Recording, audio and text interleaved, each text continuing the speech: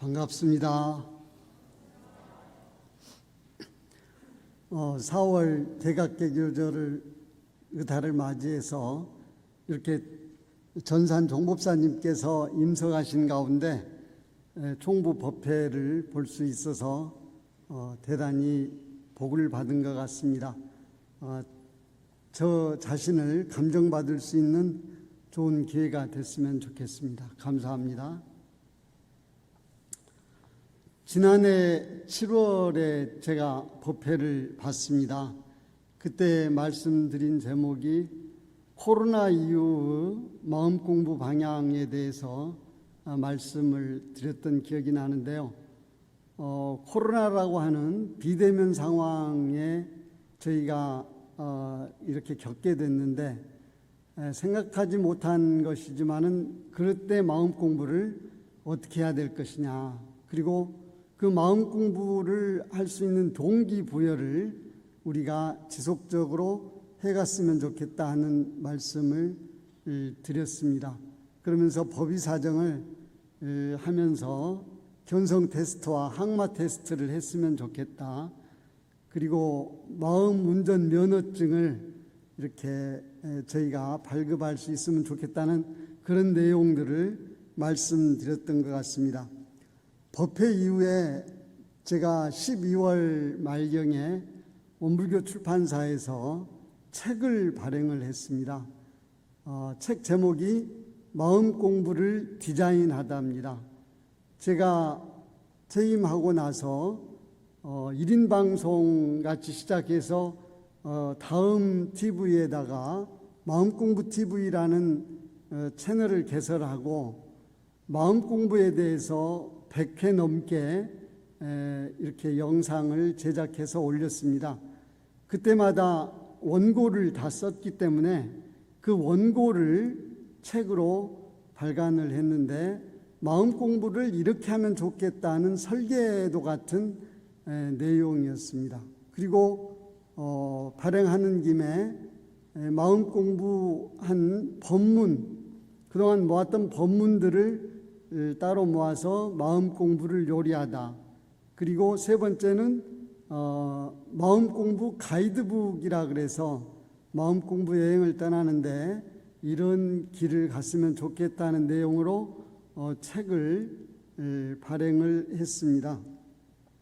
요즘은 제가 팟캐스트 라디오하고 유튜브에 마음나라 라디오하고 마음공부 TV를 개설을 했습니다. 그래서 팟캐스트 라디오 팟빵에는 최보산의 마음아 놀자, 결국은 마음 공부를 어렵게 생각할 일이 아니라 마음하고 잘 놀면 되는 거다, 마음하고 잘 놀면 되는 거다 해서 마음 공부를 혼자 원고를 써가지고 발표하고 하는 것은 좀 재미가 덜한 것 같았습니다. 그래서 요새 세상 사람들이 좋아하는 게 수다 떠는 건데 마음 공부를 한 얘기를 가지고 수다를 떨었으면 좋겠다.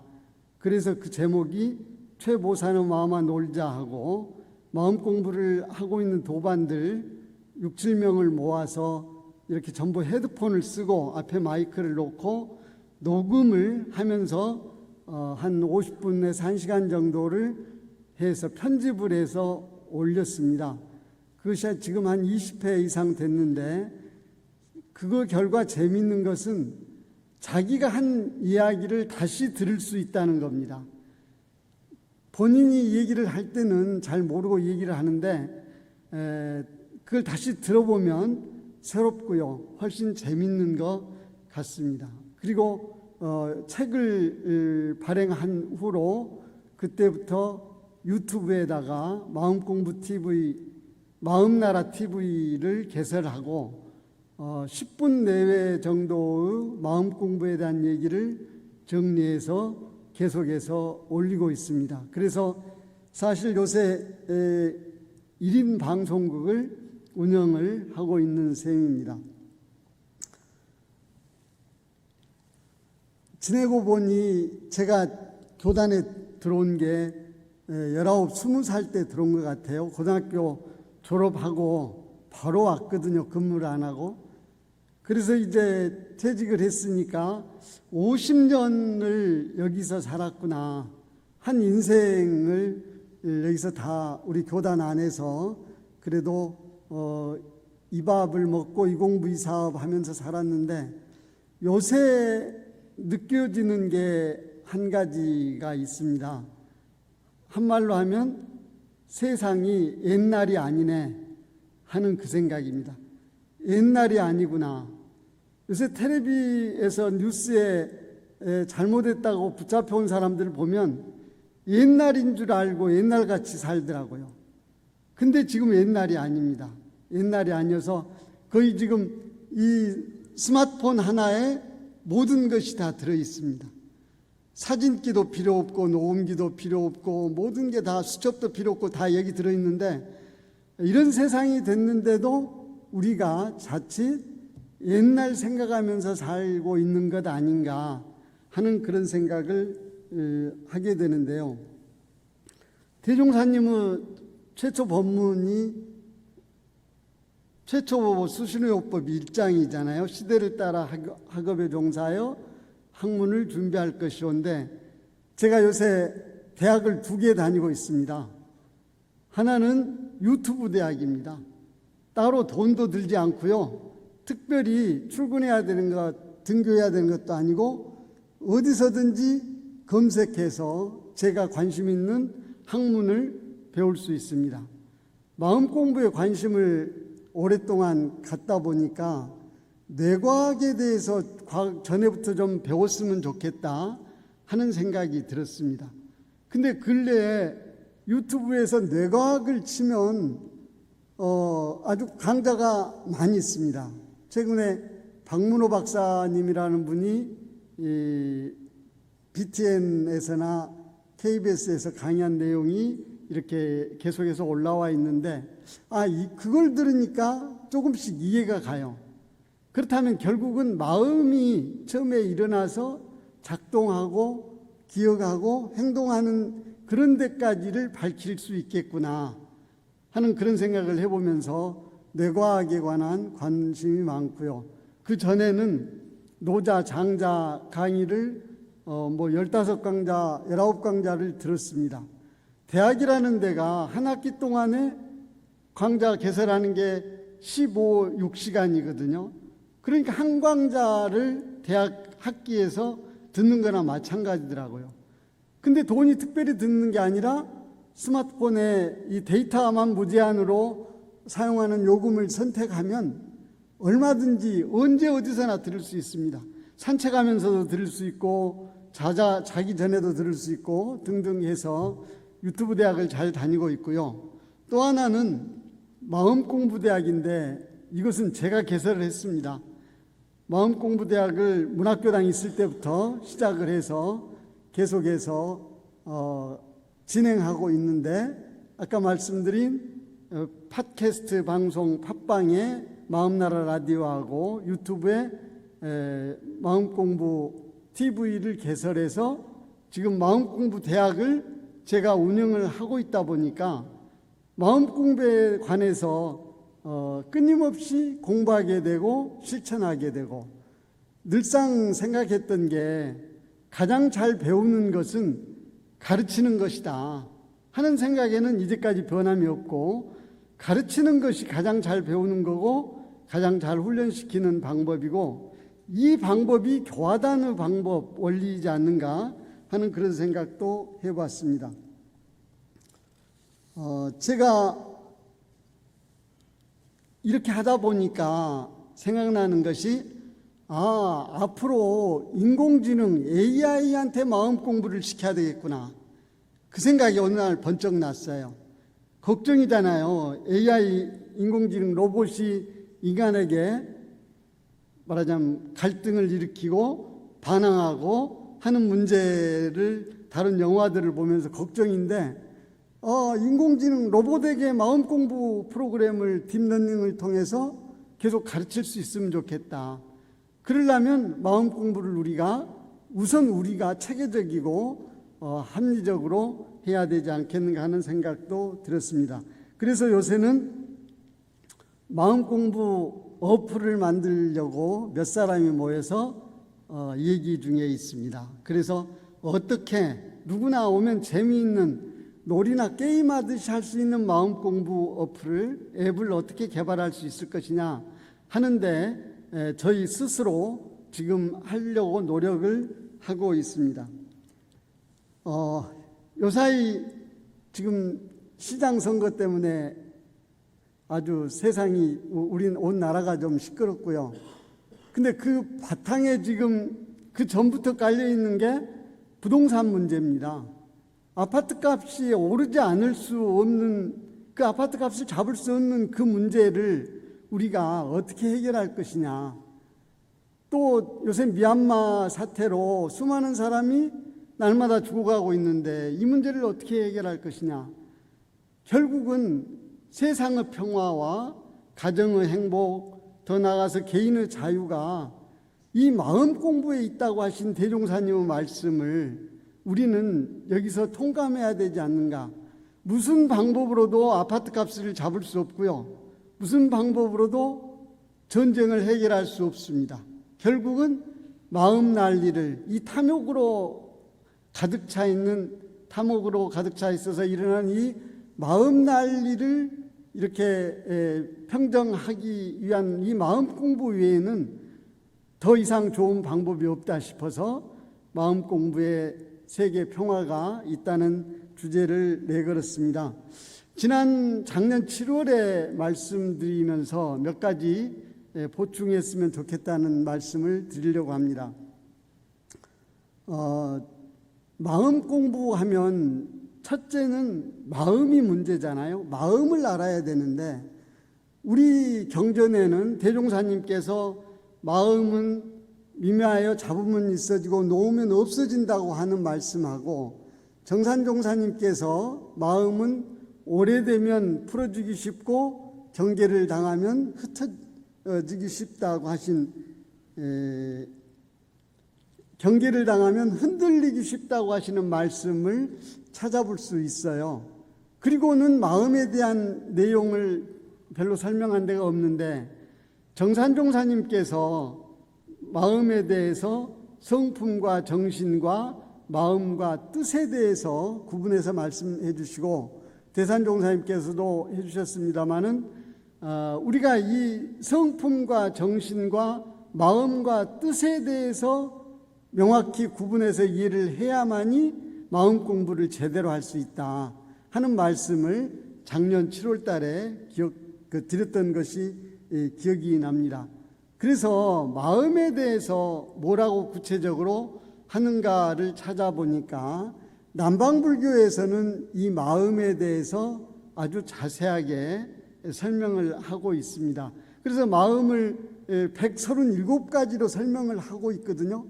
그러나 그걸 다 저희가 알 필요도 없고 여기서 소개해 드릴 수도 없지만은 거기에서 말씀하시는 가운데 마음 공부에 우리가 좀 이걸 활용을 했으면 좋겠다 하는 그런 말씀 몇 가지를 정리해서 이 예보에도 제가 실었습니다마는 마음의 성질이라 그럴까요? 성격의 첫째는 비물질이라는 겁니다. 물질이 아닌 거죠. 근데 물질이야지 형상이 보이고 모습이 보여서 우리가 쉽게 이해가 되거든요. 그래서 세상에서 지금 무엇이든지 이렇게 시각화하려고 그러고 이렇게 영상을 만들려고 하는 이유가 보여야 쉽기 때문입니다. 우리 인간은 눈을 통해 시각을 통해서 이렇게 80% 정도를 이렇게 받아들이고 이해한다는 내용을 내가 강의에서 좀 들었습니다만은 그러다 보니까 물질인 게 중요한데 이건 비물질입니다. 그래서 볼 수도 없고 들을 수도 없고 잡을 수도 없습니다. 그런 게 이제 첫 번째 성격이고요.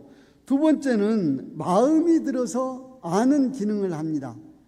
그건 뭐 저희가 말씀 많이 그동안 해왔죠.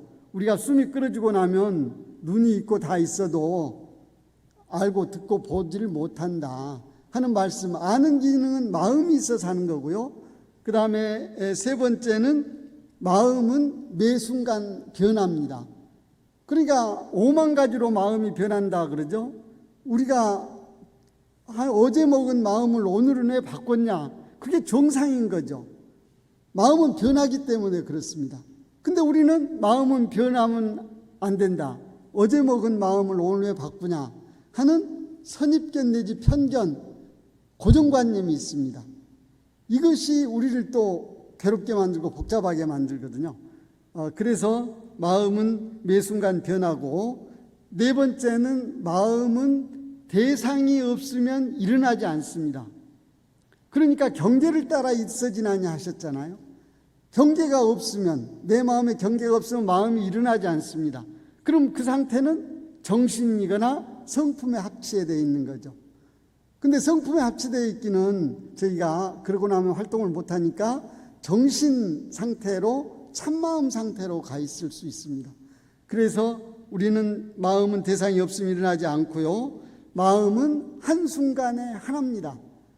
그러니까 괴롭고 슬픈 일이 있을 때 나무아미탑을 연불 한 번 하면 연불일성이 백천사마를 제거할 수 있는 겁니다.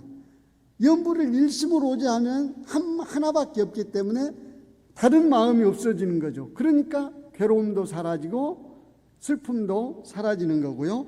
여섯째는 마음이 들어서 모든 것을 이끈다 그랬습니다. 저희가 일체유심조되는 얘기는 많이 알고 있기 때문에 넘어가겠습니다. 그리고 마음은 실체가 없는 무하다. 우리가 내가 있다고 생각하거든요. 되게 내가 있다고 생각해서 불교에서는 이걸 유신견이라고 하는데, 사실 불교 입장에서 보면 내가 없죠. 그럼 지금 있는 나는 누구냐? 인연이 있으니까 나타난 것뿐이고, 인연이 흩어지면 사라지거든요. 다만 그럴 뿐인데, 나라고 하는 것에 집착해가지고 내가 있다고 생각하고, 나의 집, 내 손자 등등 거기에 집착해 있다는 겁니다. 그래서 이렇게 마음의 성질을 제가 7가지 정도를 여기에 가지고 왔습니다마는 그 소승불교 쪽에 공부를 하다가 불교에서 이렇게 정리한 내용을 소개해 드렸습니다. 그렇다면은 마음 공부를 할 때 실제 마음이 어떻게 전개되느냐 하는 문제입니다. 마음 공부를 할 때든지 안 할 때든지인데, 마음은 일단은 없던 상태에서 경계를 만나면 나타나게 되는데, 그러니까 우리가 경계다 하는 데까지는 그동안 초등학생들의 그 일기에서 많이 배워왔죠.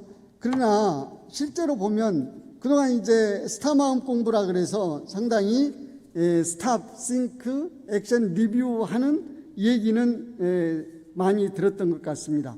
그런데 제가 마음 공부를 정리하다 보니까 6단계로 마음 공부하는 과정에서 마음이 작동한다고 생각합니다. 첫째는 마음 챙김입니다. 마음 챙김은 대종사님께서 말씀하신 챙겨야 있어진다. 마음은 미미하여 잡음이 있어 놓으면 없어지나니 챙기지 않냐고 어찌 그 마음을 닦을 수 있으려 하는 그 챙김을 크게 볼 수도 있지만은 적게 보면, 먼저 나는 공부하는 사람이다, 나는 공부인이다 하는, 나는 교무다 하는 그런 챙김을 놓지 않아야 된다는 얘기입니다. 그래야지 경계가 나타났을 때 그걸 알아차리게 됩니다.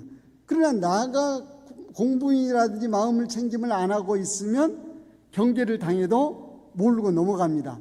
그러고 나서는 아이고 지나갔네, 그런다는 선지님 말씀을 들었었거든요. 그러니까 이 마음 챙김이 지속돼야 되고, 그리고 알아차리는 것까지가, 이걸 우리는 흔히 정신 차리고 있다든지 깨어 있다든지 하는 상태입니다. 그러고 나서 경계를 알아차렸으면 어떻게 해야죠? 그 다음에 대종사님께서 무지선법에서 말씀하신 경계를 당할 때마다 공부할 때가 돌아온 것을 염두에 있지 말고 항상 끌리고 안 끌리는 대중을 잡아라. 그래서 마음 대중이 세 번째입니다. 그래서 뭐에 끌리고 안 끌리는가? 희로애락과 원근친소, 시비에 또는 불신, 탐욕, 나태, 우치를 얘기하는 우리 교무님도 계셨습니다만 이런 등에 내가 끌렸는가 안 끌렸는가. 그래서 안 끌렸으면 다시 마음 챙김하고 알아차림 상태로 가면 되는 거고요. 거기서 끌렸으면 어떻게 해야 될 거냐. 일상수행의 요법의 1조에 있는 경계를 대할 때마다 대조해야 되죠. 근데 우리는 대조할 때 표준이 스승의 가르침을 생각해야 되기 때문에 대종사님의 가르침의 핵심이 일상수행의 요법이잖아요. 일상수행의 요법에 대조해야 됩니다. 일상수행의 요법에 대조해서 그 다음에는 먼저 생활을 돌려야죠. 감사생활로 돌리고 자력생활로 돌리고 그 다음엔 사람을 돌려야죠. 배우는 사람, 가르치는 사람, 공심 있는 사람으로 돌려야 됩니다. 그리고 나서는 자성의 정의 계를 세우는 겁니다. 자성의 정의 계를 세우는 것은 다시 마음 챙김과 알아차림으로 돌아가는 것이고, 자성의 정의 계를 세우는 것은 분리자성하는 것이거든요. 성품을 떠나지 않고 우리가 일심 상태를 지속하는 그런 상황으로 갈 수 있는 것이 제가 이제 생각하고 있는 마음 공부하는 과정에서 6과정입니다. 그럼 실제로 마음 공부를 할 때 우리가 어떻게 되느냐 하는 문제인데요. 마음 공부를 할 때 보면 첫째, 일 있을 때하고 일 없을 때로 나눠야 됩니다. 일 있을 때하고 일 없을 때로 나눠야 되는 것은 수행품 1장에 있는 상승용주의상에 근거해서 우리가 공부를 해야 되는데요. 저는 마음 공부 매뉴얼이 상승용주의상 6조라고 생각합니다. 그래서 1조부터 6조까지가 이게 우리 마음 공부하는 사람들의 일과가 돼야 되고, 이 법문이 대산종사님께서 말씀하신 수도인의 일과하고 이렇게 통하는 거죠. 그래서 우리가 마음 공부를 할 때 일 있을 때와 일 없을 때인데, 일 있을 때는 상승용주의상 1조에 이렇게 돌이켜 보는 거죠. 일 없을 때는 2, 3, 4, 5, 6조 가지고 하는 겁니다. 결국은 상승용주의상을 사막 공부를 이렇게 분해해서 해주셨기 때문에 결국은 마음 공부는 사막 공부이고, 마음 공부는 우리 훈련의 다른 말이고 우리 원불교 수행의 다른 말이라고 생각을 합니다. 그래서 이 일상수행의 요법과 상승용주의상 6조 수행품 1장에 있는 법문이 저희가 마음 공부하는 원리를 밝혀주셨다고 저는 생각을 합니다. 제가 요새 유튜브에서 마음 공부를 얘기하고 있는 제목이 종합적이고 체계적인 마음 공부입니다. 세상에 마음 공부는 참 많습니다. 뭐 자기 경험담을 얘기하기도 하고, 조금 신비한 이적 같은 거, 뭐 유체 이탈 같은 걸 얘기해서 사람들이 많이 모여 있어요. 그러나 그건 아닌 것 같고, 우리가 생각하는 마음 공부는 종합적이고 체계적인 마음 공부를 단계적으로 해야 된다. 단계적으로 해가는 방법에 대해서 말씀을 드리고 있는데, 그 내용이 수행품 1장에 있는 물샐 틈 없는 공부법이다. 물샐 틈 없이 그 수행 방법을 지도하셨다고 하는 그 말씀이 마음 공부의 가장 핵심적인 말씀이고요. 또 두 번째는 오늘 봉독했던 수행품 40장에 있는 원만한 공부법입니다. 동정간에 3대를 걷는 방법을 이렇게 말씀하고 계시기 때문에 일 있을 때와 일 없을 때에 따라서 이렇게 공부를 하는 사람은 큰 바다 물과 같아서 한가하고 넉넉하다고 하시는 말씀이 원만한 공부법이고요. 그리고는 수행품 9장에 있는 큰 공부법입니다. 큰 공부는 차기 없는 자리를 알아서 차기 없는 행을 하는 것이니, 일 있을 때는 그 일에 일심을 얻고 아르마리를 얻고 실행을 얻고, 일 없을 때는 한가하면 연불자선하고 이렇게 해서 삼대력을 얻어가는 것이고, 정산종사님을 이렇게 예로 들으시면서 동정이려운 무시선 공부를 잘한 공덕이다. 이 말씀이 저는 마음 공부를 가장 한마디로 줄인다는 말씀이라고 생각을 합니다. 제가 이 양이 많을 것 같아서 나중에 몇 가지 질문, 제가 평소에 의문을 가지고 지냈는데 아하 이것이구나 하는 몇 가지가 있었습니다마는, 이 내용은 시간이 많이 가서 제목만 말씀을 드리겠습니다. 첫 번째는 이제 원불교학과 대학을 졸업하고 총부 재무부에 근무하면서 이제 기숙사에서 이렇게 생겼던 의문이었던 것 같아요. 깨달음을 얻게 되면 어떻게 되지? 깨달음을 얻게 되면 어떻게 되지? 하다가 어느 날 이론상 법어를 보니까 이 원상의 진리를 각하면 그러셨어요. 깨달으면 이런 것을 알면 깨달음을 얻은 것이네. 그랬는데 어느 날 또 부촉품 14장에 대종사님 마지막 법문 있잖아요. 거기에 보면 대학전에 법문하러 오시다가 어린아이들이 이렇게 인사를 하는 것이 질서 정연해 가지고 이렇게 일가친척의 촌수와 그 관계와 거기에 대한 도리도 모르다가 철이 들면은 그걸 아는 것 같이 수도인도 자기와 천지 만물의 관계와 불보살 본부되는 내역과 각자 자기 자신 거래의 길에 대해서 아는 것이 수도인이 철이 들어간 것이고 깨닫는 것이다 하는 말씀하고 딱 연결이 되더라고요. 그래서 이론상 법어를 이렇게 불보살되고 본부되는 중생되는 내역과 자기와 천지 만물의 관계와 각자 자신 거래의 길에 연결시켜보면 맞습니다. 이 자세한 내용은 그냥 여기까지만 하고요. 두 번째는 무엇인가 하면은 이제 기숙사 들어가지고 동방 서방에서 살다가요. 아침마다 이제 무시선법 참회문을 읽었어요. 그러다 보니까 마음의 자유를 얻는 것은 같은데 앞에가 달라요.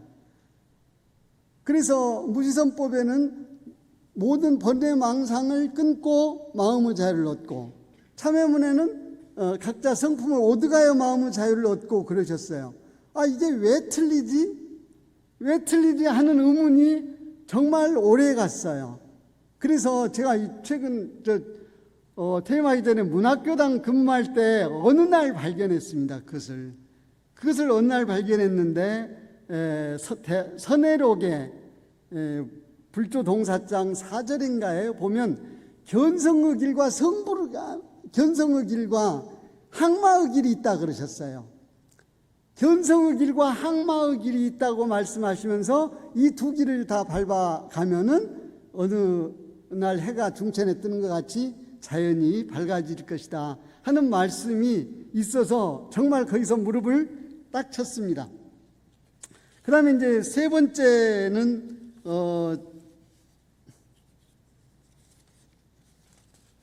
제가 느낀 것 중에 이건 정말 더 최근입니다. 우리가 이론상 서문을 정말 기숙사에서부터 지금까지 50년 넘게 외워왔잖아요. 학생회 다닐 때부터 외웠으니까 60년쯤 됐겠습니다. 그런데 우리 어리석은 중생은 이 법신불 이론상을 채받아서라고 했는데 그 채받아서라는 말을 놓쳤더라고요. 채받아서 해야 되는데. 그래서 내가 이걸 교도들한테 한 번도 얘기한 적이 없네. 사실 지금 고백을 합니다마는, 그러다 보니까 이거 어떻게 채받는 거야? 그랬더니 정산종사님께서 다 해놓으셨어요. 정산종사님께서 저희가 잘 아는 회보 38호에 있는 이론상에 대하여 법문에 5 가면 5번째 가면 이론상을 채받는 법이 한우란 한이치에 있어요. 그리고 나서 다시 무본편에 가면은 이론상을 채받는 것을 말씀하시면서 일상수행의 요법대로 하면 된다 그러셨고, 거기에 구체적으로 8가지를 말씀하시면서 이렇게 얘기를 해주시고 계시기 때문에 저희가 이 채받는다는 것을 놓쳤다는 사실에 대해서 정말 저는 좀 부끄러운 생각이 들었습니다. 그래서 우리가 이런 정도를 제가 좀 더 일찍 알았더라면 공부를 조금 더 쉽게 하고 열심히 할 수 있지 않았을까 하는 그런 생각이 요새 들어서 몇 말씀 드렸고요. 최근에는 그 정산종사님 법문에 하루살이는 하루밖에 모르고 범아제비는 한 달밖에 몰라서 하루살이는 한 달을 모르고 범아제비는 1년을 모르듯이 범부는 영생을 모른다고 하시는 말씀이 이렇게 머리에 남아 있습니다. 그래서 우리가 그래도 범부가 되지 않고 이 성현의 길을, 성자의 길을 가려고 하는 꿈을 가지고 계속해서 노력을 해야 되지 않을까 싶습니다. 오늘 이런 말씀을 다시 한번 종 목사님 모시고 드리게 돼서 영광입니다. 감사합니다.